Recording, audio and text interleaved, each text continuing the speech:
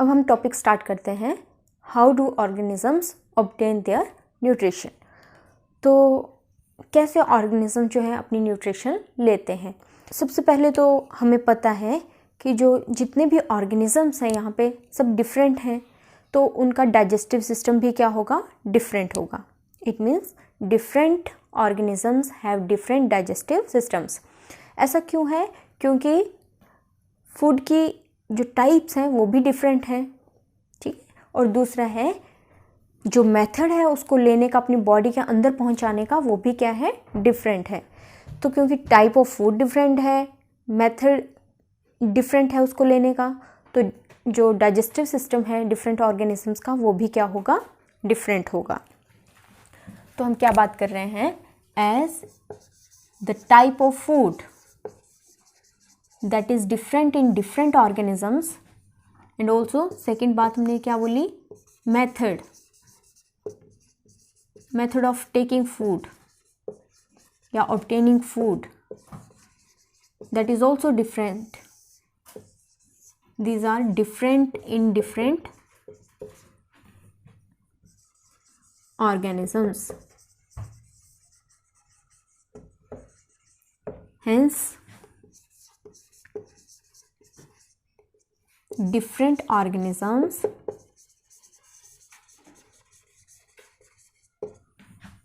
have different type of digestive system.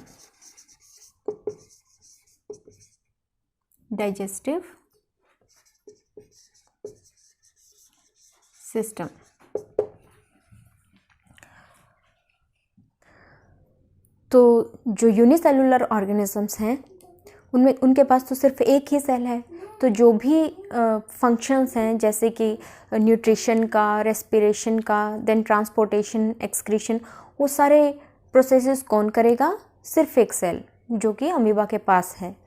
But बात करें हम मल्टी सेलुलर ऑर्गेनिजम्स की, तो जो मल्टी सेलुलर ऑर्गेनिजम्स हैं उनमें क्या होता है, बॉडी डिज़ाइन कॉम्प्लेक्स हो जाता है।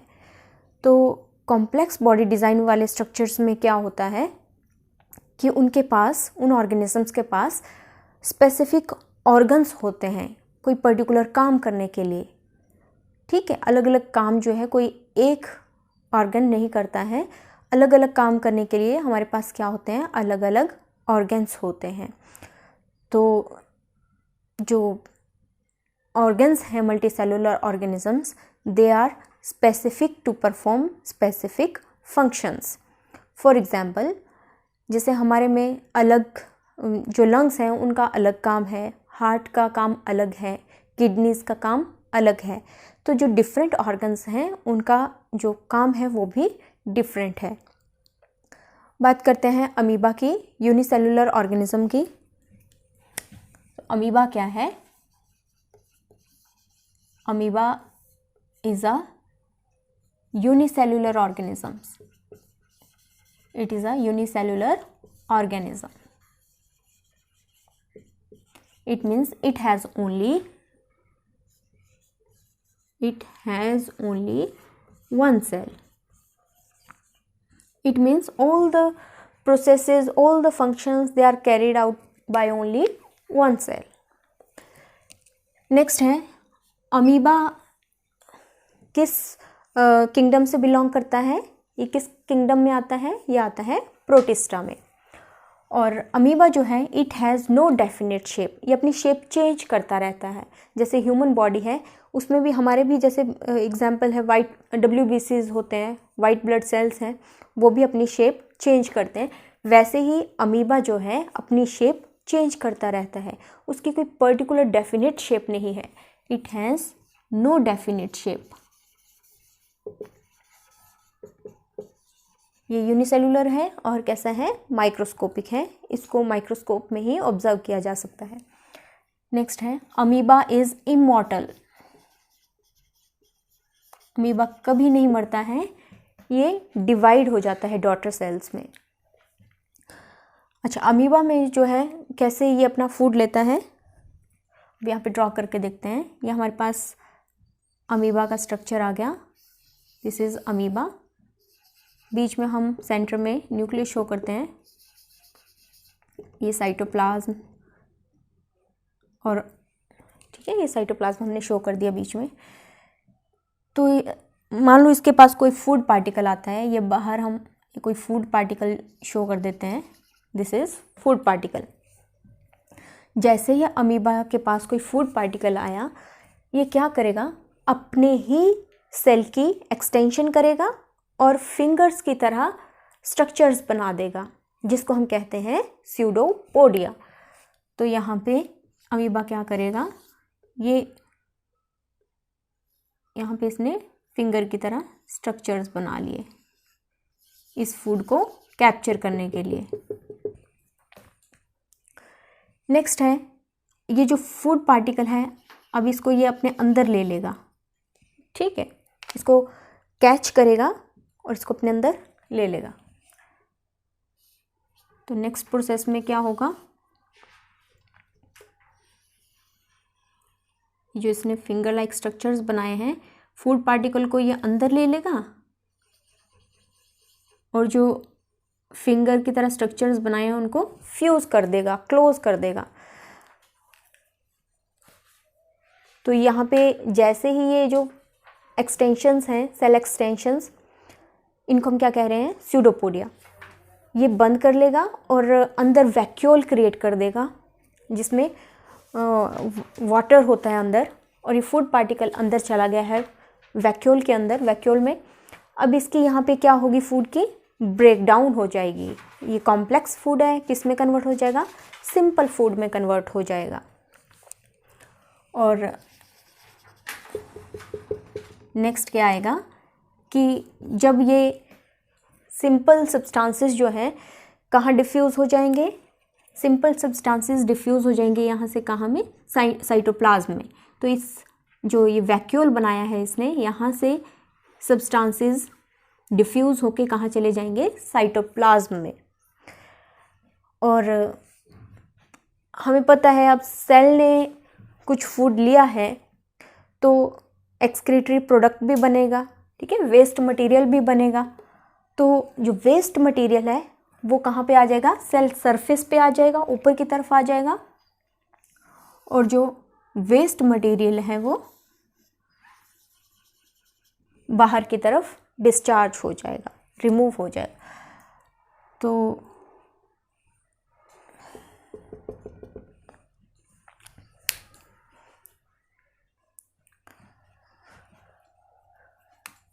यहाँ पे हम फिर देख लेते हैं, ये हमारे पास क्या है, अमीबा।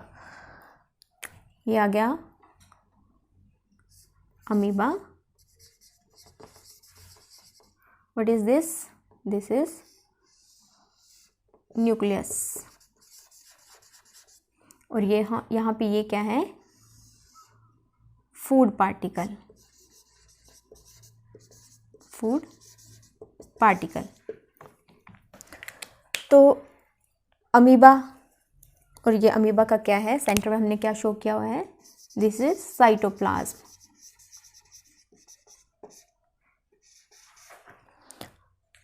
अच्छा, तो नेक्स्ट क्या है कि जैसे ही अमीबा के पास फूड पार्टिकल इसको दिखा है, ठीक है, दिखा क्या है, इसने ऑब्जर्व किया है फूड पार्टिकल को अपनी बॉडी के अंदर कैसे लेगा ये। अच्छा, तो अमीबा जो है अब क्या करेगा, इसके पास क्या है, फूड पार्टिकल, ये फूड पार्टिकल के पास गया है। अब क्या करेगा, ये अपने ही सेल सरफेस को एक्सटेंड करके, अपने ही सेल को एक्सटेंड करके फिंगर्स की तरह स्ट्रक्चर्स बनाएगा, जिसको हम कहते हैं स्यूडोपोडिया। तो ये जो फिंगर लाइक एक्सटेंशंस हैं उनको हम क्या कहेंगे, pseudopodia. These are pseudopodia. Pseudopodia means, pseudo means false and podia means feet. अब स्यूडोपोडिया क्या करते हैं, ये आपस में फ्यूज़ हो जाते हैं और किस चीज़ की फॉर्मेशन करते हैं, वैक्यूल की। तो वैक्यूल में अंदर क्या है, फूड पार्टिकल आ जाता है और साथ में अंदर वाटर कंटेंट भी है। तो एंजाइमेटिक एक्टिविटी के थ्रू ये जो फूड पार्टिकल है वो कॉम्प्लेक्स है, कॉम्प्लेक्स फूड है, तो उस फूड पार्टिकल की क्या हो जाती है, ब्रेक डाउन हो जाती है सिंपलर सब्सटेंसेस में। तो ये जो कॉम्प्लेक्स फूड है ये सिंपल फूड में कन्वर्ट हो जाएगा इस वैक्यूल के अंदर, और बाद में जो इस वैक्यूल में सिंपल सब्सटेंस आया है वो डिफ्यूज़ होके कहाँ चला जाएगा, साइटोप्लाज्म में। तो जो ये सिंपलर सब्सटेंसेस हैं ये वैक्यूल से कहाँ चले जाएंगे, साइटोप्लाज्म में चले जाएंगे। नेक्स्ट है, अब जब फूड लिया है सेल ने तो बदले में वो क्या जनरेट करेगा, किस चीज़ की प्रोडक्शन करेगा, वेस्ट मटेरियल की। तो जो वेस्ट मटेरियल है वो सेल यहाँ से वैक्यूल से कहाँ पे आ जाएगा, सेल सरफेस में आ जाएगा, और सेल सरफेस के थ्रू वो उसकी रिमूवल हो जाएगी। So this is the method in case of amoeba, food taking method. Next है पैरामीशियम की बात करते हैं। पैरामीशियम भी कैसा है, सेकेंड हम बात कर रहे हैं पैरामीशियम। पैरामीशियम भी किस किंगडम में आता है, प्रोटिस्टा में, और हमें पता है इसका स्ट्रक्चर कैसा होता है, this is slipper like organism. तो यहाँ पे हम ये शो कर देंगे ऐसे,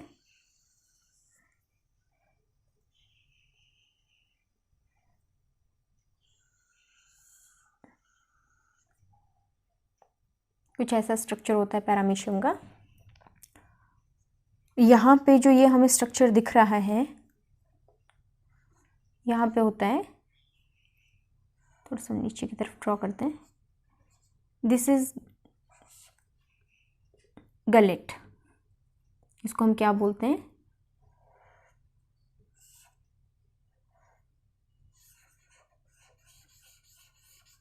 गलेट। तो गलेट जो है वहाँ से, यानी जो अमीबा है उसके पास तो कोई पर्टिकुलर ऑर्गन नहीं है फूड अंदर लेने का, पर जो पैरामीशियम है उसमें एक स्पेसिफिक पॉइंट है जहाँ से वो अपना फूड अपनी बॉडी में लेता है, जिसको हम कहते हैं गलेट। तो ये ओरल ग्रूव है, GROVE, this is oral groove, और यहाँ पे जो नीचे की तरफ हमें दिख रहा है चैनल उसको हम कहते हैं गलेट। तो गलेट से ही वो क्या करता है, पहले ओरल ग्रूव में खाना आता है फिर गलेट में जाता है। तो एक स्पेसिफिक स्पॉट है इसके पास फूड इनटेक का, ठीक है।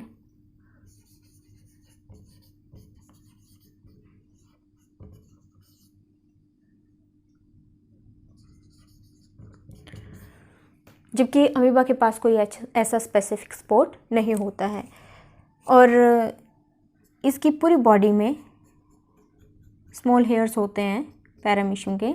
It has small hair like extensions which are called as cilia. तो ये जो सीलिया हैं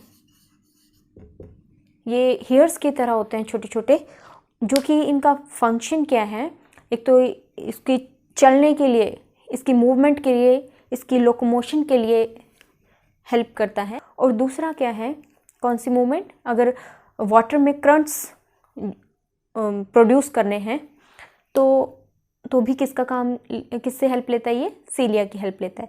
तो वाटर करंट्स की हेल्प से जो फूड पार्टिकल हैं वो उसके नियर बाय आ जाता है, नज़दीक में आ जाता है, जिसकी वजह से वो उसको एनगल्फ कर पाता है। तो सीलिया जो है वो वाटर करंट्स प्रोड्यूस करते हैं, जिसकी हेल्प से जो फूड पार्टिकल है वो उसके ओरल ग्रूव की तरफ आता है और फिर गलेट में एंटर करता है। तो ये पैरामीशियम का केस है। तो हमने यहाँ पे किसके बारे में बात की, यूनिसेलुलर ऑर्गेनिजम्स। और कौन कौन से हैं यूनिसेलुलर ऑर्गेनिज्म यहाँ पे, amoeba and paramecium. This is how the amoeba and paramecium they take their nutrition.